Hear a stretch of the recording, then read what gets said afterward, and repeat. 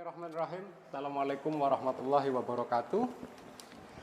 Selamat datang di Epicentrum. Kali ini saya bersama Mas Muhammad Najlul Afad. Mas Muhammad Najlul Afad, beliau menulis artikel terkait dengan pendidikan moderat kritis di komunitas santri Batang. Nah, kali ini kita akan mengupas apa saja temuan-temuan atau poin-poin dari artikel yang beliau tulis. Artikel beliau bisa Anda baca melalui jurnal Islamic Management and Empowerment Journal volume 2 dan seterusnya. Nanti linknya kita sertakan di dalam deskripsi. Oke, Mas Afad ya. Beliau juga untuk melengkapi informasi tentang beliau adalah dosen IAIN Pekalongan di Fakultas Usuluddin Adat dan Dakwah. Oke, Mas Afad, terkait dengan muda berdaya, apa yang dimaksud muda berdaya di sini? Anda barangkali bisa dijelaskan. Ini sebuah gerakankah atau sebuah slogan atau apa? Oke, terima kasih Pak atau Mas. Mas saja. Mas Taufik. Biar mudahan. Oke, atas sharingnya hari ini. Jadi saya ini menulis sebuah tulisan yang itu saya adalah bagian dari yang saya tulis. Itu kita buat komunitas namanya Santri Batang dan saya termasuk founder atau pendirinya, dan hasil kerja kita itu kita tuliskan dalam sebuah artikel jurnal. Nah, kemudian pertanyaan Mas Rafiq, muda berdaya. Sorry. Oke. Sebelum masuk ke muda berdaya, biar nanti pemirsa ada prolog itu terkait tadi komunitas yang jenengan bangun itu, komunitas santri Batang itu awalnya dan orientasinya bagaimana dulu, jenengan bisa jelaskan. Nanti baru ke muda berdaya. Oke, baik. Jadi komunitas ini itu kita lahir sekitar tahun 2017 berarti hampir 4 tahun lah ya. Jadi komunitas ini itu adalah tidak lepas dari pembacaan kita sebagai, saya boleh bilang lah, kita adalah kaum santri yang sedang belajar. Kita berusaha menafsirkan apa yang disampaikan para guru-guru kita itu. Nah, kita masih ingat sekitar tahun 2016 kalau tidak salah, Pekalongan menjadi salah satu tuan rumah konferensi bela negara internasional. Betul. Nah, salah satu rekomendasinya adalah media. Saya masih ingat kala itu Syekh Aun Al-Fiyumi dari Yordania, beliau mengatakan media menjadi salah satu strategi untuk menyampaikan dalam bahasa saya kampanye Islam rahmatan lil alamin. Nah, kita melihat adanya itu satu. Kemudian yang kedua, hasil pembacaan kita di masyarakat. Jadi ternyata buat komunitas nggak asal buat aja, Mas Rafiq. Kita baca dulu. Betul. Kita riset dulu. Iyalah. Ya, artinya kan komunitas itu terbentuk atas respon dari fenomena kan. Bukan ujuk-ujuk bangun. Ya mosok bangun tidur pengen bangun komunitas itu kayak ngopi ya. Kita benar-benar riset gitu. Kita riset ada satu sekolah, saya tidak akan menyebutnya daerah mana. Iya. Intinya sekolah itu sekolah terbaik. Salah satu sekolah terbaik, saya sebut saja. Ya, disebut saja enggak apa-apa. Tidak. Ya. Salah satu sekolah terbaiknya. Itu sekolahnya itu anak-anaknya pinter-pinter semua sebelum ada sistem zonasi kan. Ya. Nah, dulu orang masuk sekolah situ rata-rata mereka secara IQ dia termasuk tinggi. Dan menariknya sekolah itu adalah sekolah multikultural. Ada Islam, ada Kristen, ada Katolik, gitu. Ya. Ada Hindu, Cina juga, nah, Jawa, Arab. Cina, Jawa, Arab gitu. Arabnya marganya banyak. Oh. Gitu. Nah, kala itu di tahun 2015 saya pernah melakukan penelitian di sana. Di sana sangat menarik, keberagamannya sangat terjaga. Persatuan dan kesatuan ada di sana gitu loh. Itu miniatur Indonesia lah gitu sekolah itu. Apa hubungannya dengan keragaman yang terjadi di suatu sekolah itu, kemudian hasil konferensi yang 2016 itu tadi, kemudian muncul komunitas santri? Di tahun 2016 saya mendapatkan cerita buruk, sekali lagi saya katakan buruk. Ada satu cerita di sekolah itu yang sebelumnya keberagaman terjaga, tiba-tiba terusik. Nah, diusik oleh bagaimana gitu kan? Ada sekelompok siswa yang muslim, nah, mereka sholat di salah satu masjid. Nah, sholat itu di sana menulis daftar hadir, Mas Rafiq. Ada nama, nomor HP, asal sekolah, gitu. Dari nomor HP dibuat grup WA. Dari grup WA diisi dengan ceramah-ceramah video radikalisme. Walhasil apa? Terjadilah orang Islam nggak boleh berteman dengan orang Kristen. Cina ya Cina harus berpisah dengan Islam. Jadi mengelompok gitu ya secara parsial. Artinya mengelompok sendiri-sendiri. Dan mulai muncul bagaimana ada beberapa siswa ketika upacara tidak hormat kepada merah putih, begitu. Dan saya katakan yang dia lakukan sangat sederhana, hanya menulis nomor HP, dibuat grup WA, di-share video YouTube. Kan saya bongko gitu kan. Pokoknya kita tahu bagaimana para ulama-ulama kita, guru-guru kita. Mas Afat alumni sekolah itu juga? Saya bukan. Bukan. Saya pernah melakukan penelitian di situ. Oh, pernah riset di situ. Oke. Jadi saya mengikuti perkembangan gitu, dan saya katakan itu miniatur satu kota itu. Dan itu bahaya sekali kalau ini memecah sebuah bangsa, dan disebut juga kota itu adalah kota sumbu pendek. Kemudian ada kegelisahan itu.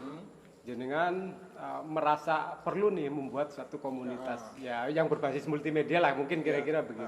Betul. Berapa awal berdiri berapa orang? Nah, jadi saya merasa saya tidak bisa sendiri untuk membangun ini. Nah, kita menyusun untuk strategi. Nah, saya punya kegelisahan itu. Saya coba cari, ada teman, saya sebut di situ juga dalam tulisan saya, namanya Jahri Umar. Jahri Umar ini salah satu founder juga. Di komunitas ini didirikan oleh dua orang, saya dan Jahri Umar. Dia adalah lulusan dari Tunisia, mahasiswa terbaik di sana, asli Indonesia, pulang ke Indonesia, bergelar LC. Dan hasil riset kita, gelar LC itu menjadi salah satu pamor tersendiri dan menjadi satu keotentikan ajaran Islam itu dibawa dari tanah Arab. Dari tanah Arab. Itu menjadi satu label. Dan strategi nih, kita daya guna Islam yang ramah kita sampaikan dengan strategi ini nih. Ada tokoh, kita punya tokoh namanya Mas Jahri Umar. Dia sudah pernah melihat dari Timur Tengah seperti apa, kemudian menyampaikan. Mas siapa tadi? Jahri Umar. Jauhari Umar. Dia lulusan sana dan kita bergerak, kita ngobrol pada malam-malam. Piye Mas, ada kegelisahan seperti ini? Oh, benar memang. Yang perlu kita lakukan harus bergerak atas respon itu. Dan kemudian kita menghimpun tuh, kita sowan ke teman-teman anak muda yang ada di Batang. Ternyata mereka punya kegelisahan sama, tapi belum punya waktu untuk concern ke isu ini. Gitu. Mereka sibuk dengan isu-isu lain. Nah, akhirnya ya wis, kita punya satu isu yang sama, kita buatlah grup. Di grup WA, strateginya sama seperti yang dilakukan kaum radikal tadi. Grup WA. Grup WA awal mulanya itu kita hanya merepost atau mengcopy paste postingan ceramah-ceramah Islam ramah. Kita kontennya nanti para pemirsa bisa nonton di Instagram kita. Berarti Mas Afat sebagai founder, tentunya sebagai admin ya di grup itu, betul. Searching juga ya media-media yang moderat gitu ya, media-media yang memilih jalur moderat itu, kemudian konten-kontennya di repost. Kita repost dulu. Oke. Kita sangat sederhana repost, kemudian kita share di Instagram dan juga status WA. Nah, awal mula kan status WA kita nggak menyangka yang nonton berapa. Awal mula 10, tambah lagi 20 sehari. Sekarang status WA saya, kalau di situ saya tulis 300 sekarang seperti ini.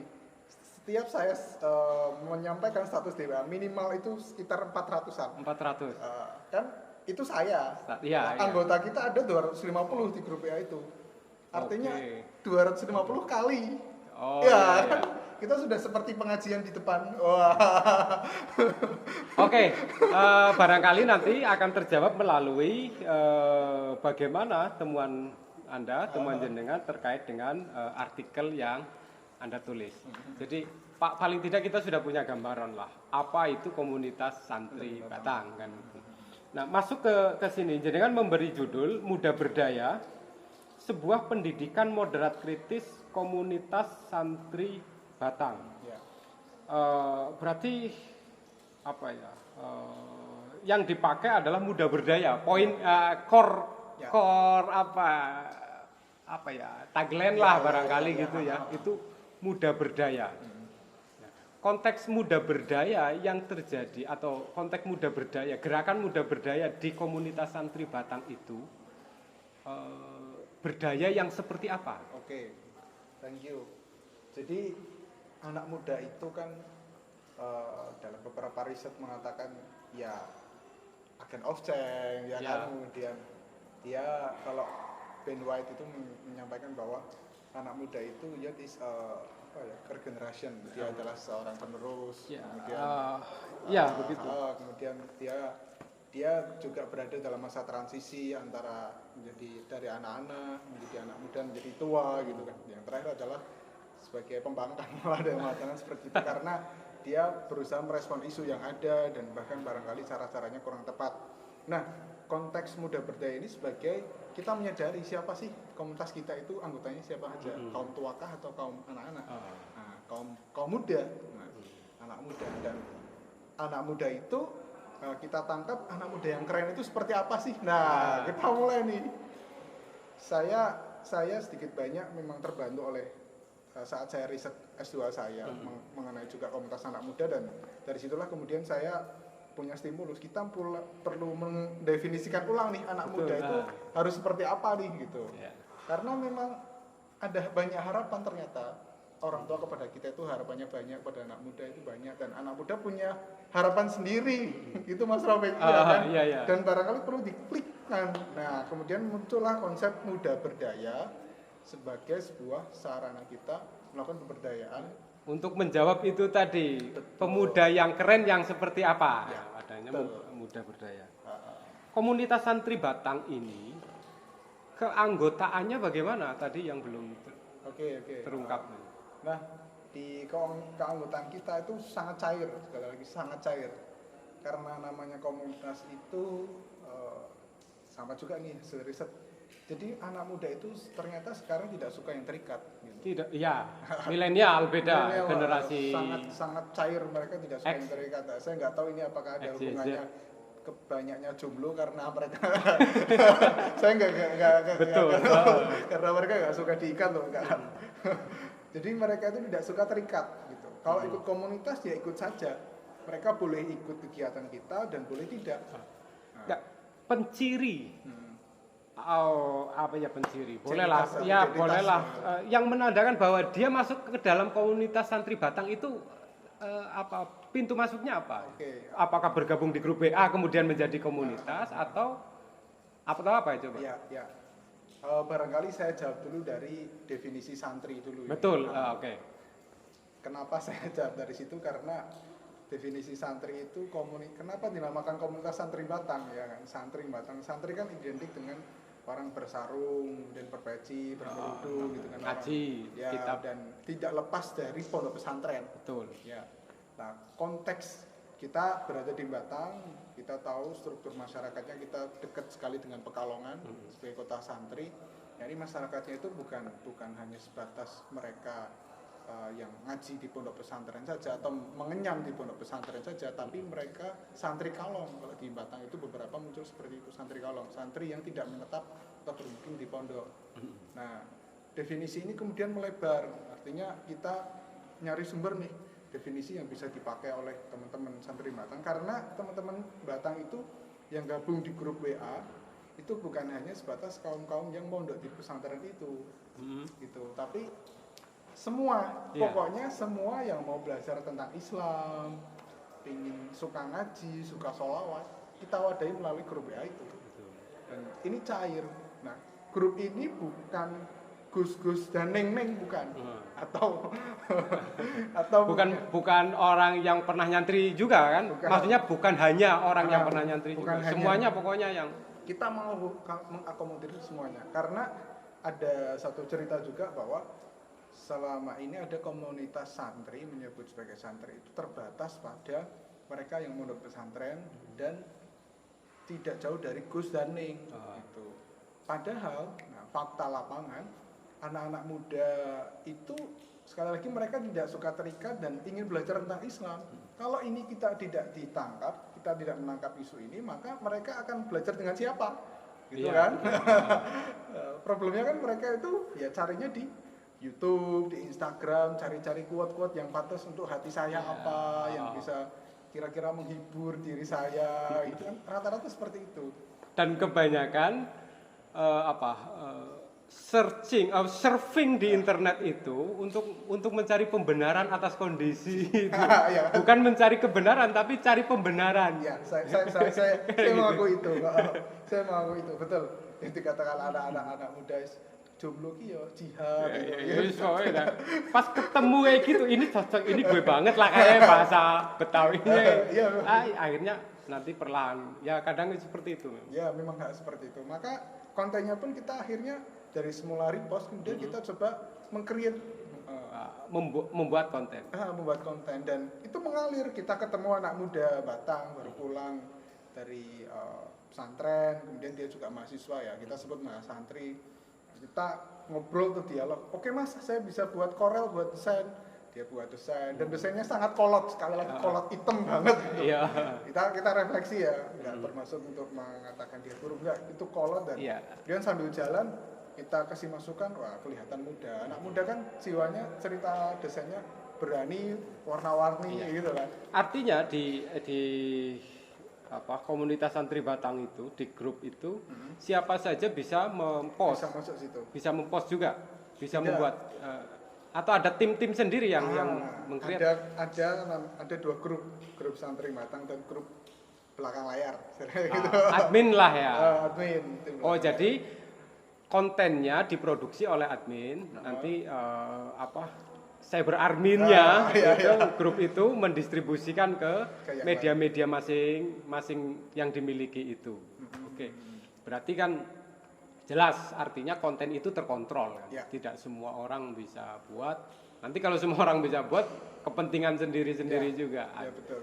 Nah, konten ini jenengan sebut sebagai pendidikan moderat kritis. Artinya konten yang dibuat kan ada konsepnya, ya kan? Tidak.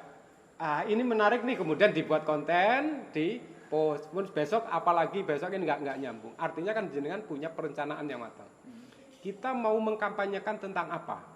Dimulai dari pemahaman tentang apa dulu, nanti perlahan-lahan sampai pada tataran ini. Kan kira-kira begitu. Ibaratnya ada gradasi informasi yang harus disampaikan.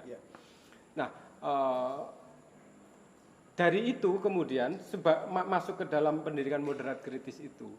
Konten-konten itu goalnya seperti apa yang ingin jenengan kampanyekan itu? Oke.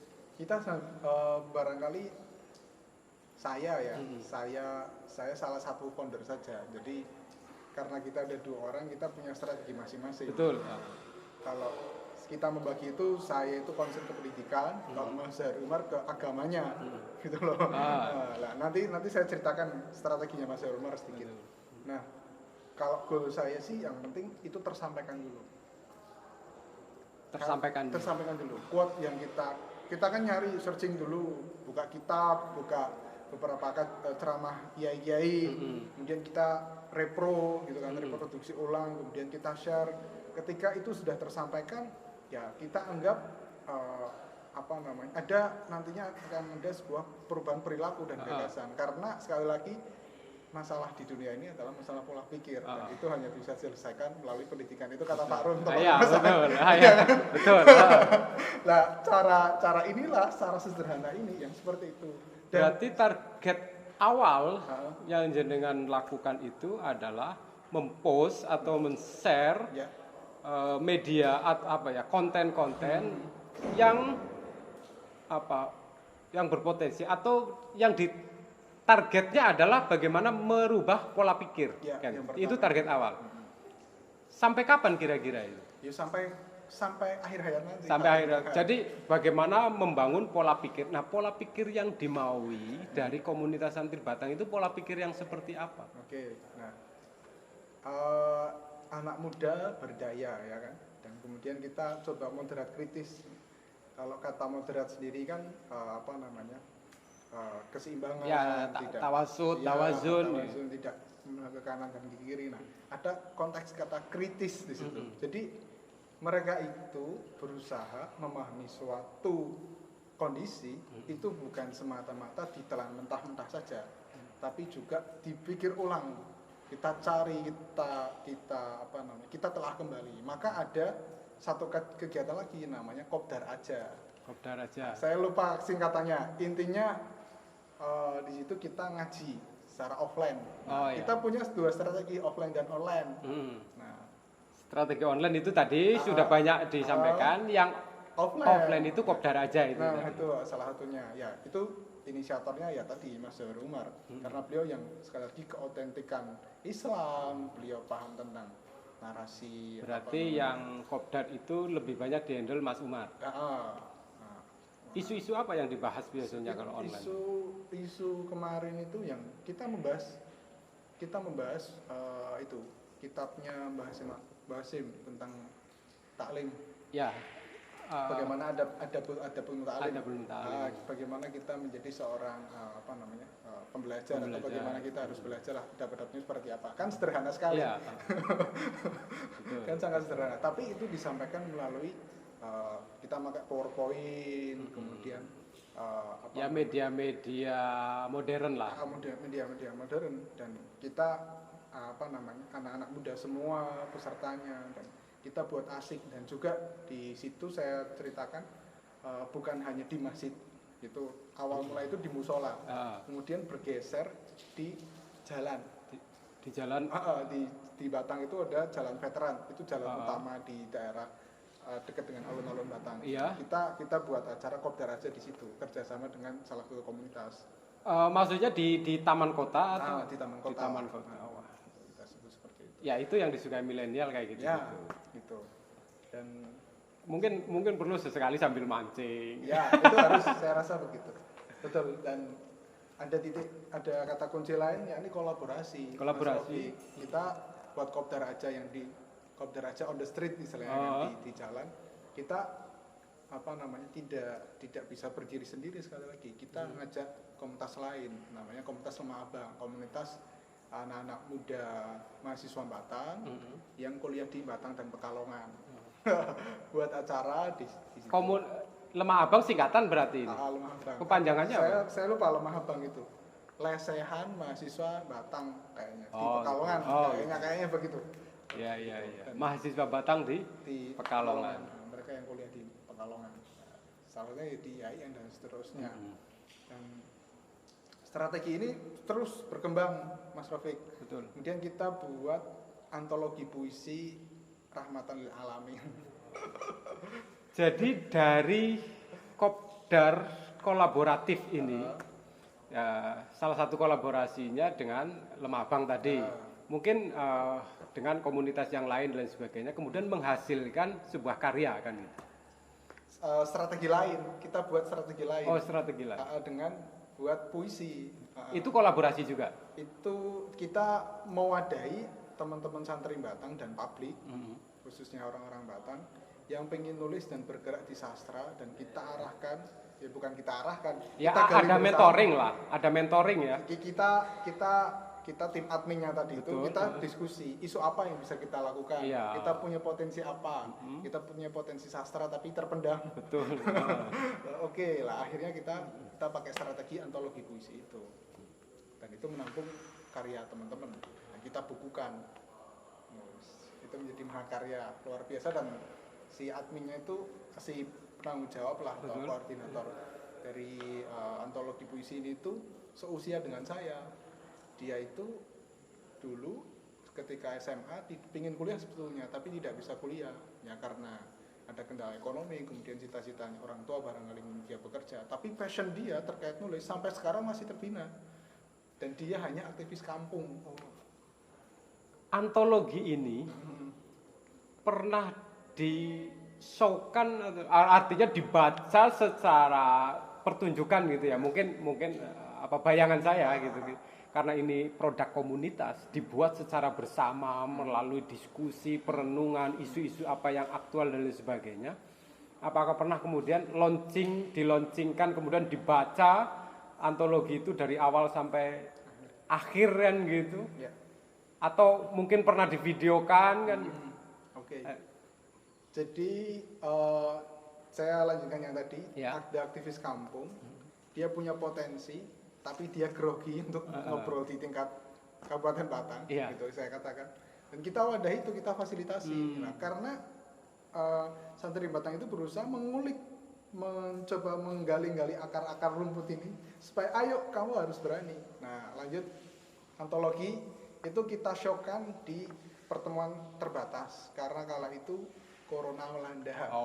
Dan kita videokan masih dalam editing oleh tim admin. Gitu. Berarti nanti masyarakat bisa mengakses dan bukunya Bisa dibeli juga. dijual juga Iya, dijual. Di mana kalau misalkan mau beli lewat Bisa lewat admin di DM aja Instagramnya Santri Batang. Santri Batang. Nanti diikutkan di deskripsi Ya. DM Instagram Santri Batang. Oke, saya kira gerakan terkait dengan Santri Batang ini sudah cukup baik lah. Artinya menebarkan benih-benih positif gitu tadi kan. Mulai berawal dari kegelisahan yang jenengan sampaikan, ada upaya radikalisme yang terstruktur, kira-kira begitulah bahasa sederhana, kemudian tergugah untuk membangun, mengkanter ya melalui komunitas Santri Batang dan lain sebagainya. Nah, sampai pada titik ini ke depan Santri Batang itu akan seperti apa harapan Anda? Oke. Nah, sekarang kita sedang proses meregenerasi. Jadi dulunya itu yang bergerak, kita sebut saja founder saya dan Jauhar Umar. Ketika seseorang menyebut Santri Batang, itu identik dengan dua orang itu. Publik akan lekat dengan dua orang itu. Mas Afad dengan Jauhar Umar.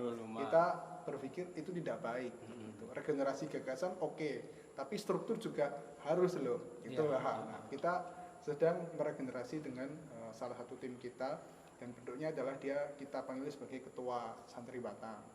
Dan tentu akan punya strategi yang berbeda, dan kita membebaskan dia untuk bereksperimen, karena kita juga bereksperimen, kita coba-coba awal mula hanya repost, kemudian kita coba ketemu anggota, kita buat konten baru, masih jelek, oke kita belajar lagi dan terusnya. Jadi Santri Batang menjadi satu wadah teman-teman untuk belajar, terus menjadi wadah untuk belajar bagaimana kita belajar tentang Islam dan memahami dan mengaplikasikan Islam rahmatan lil alamin itu. Dan masih terbuka ya untuk siapapun bergabung masuk ke dalam bagian gerakan positif ini di komunitas Santri Batang. Baik, terima kasih Mas Afad atas waktunya kita ngobrol-ngobrol. Jadi demikian tadi obrolan kita dengan Mas Afad terkait dengan artikelnya. Jadi beliau adalah founder komunitas Santri Batang yang menulis artikel terkait dengan Santri Batang. Artinya artikel ini bisa jadi sebagai visi lah kira-kira begitu, sebagai guidance-nya bagaimana Santri Batang itu akan dikembangkan. Berbagai macam alasan yang ada di artikel, lebih jelas bisa sampean baca di artikelnya, nanti linknya disertakan. Dan mimpinya untuk membangun pemuda yang berdaya, saya kira sudah perlahan mulai memperlihatkan jalurnya kan gitu, melihat langkah. Semoga. Ya, untuk menjadi pemuda yang kritis, pemuda yang berdaya melalui tadi membuka pola pikir itu. Jadi pemuda yang berdaya itu ya yang merdeka, yang tidak terjajah. Yang terjajah itu seperti apa? Yang tidak terjajah itu seperti apa? Yang tidak terjajah ya yang merdeka secara pikiran. Kan begitu kira-kira. Karena sababul yaum rijalul ghad. Pemuda hari ini akan menjadi pemimpin di masa yang akan datang. Baik, terima kasih. Kita ketemu lagi di episode berikutnya.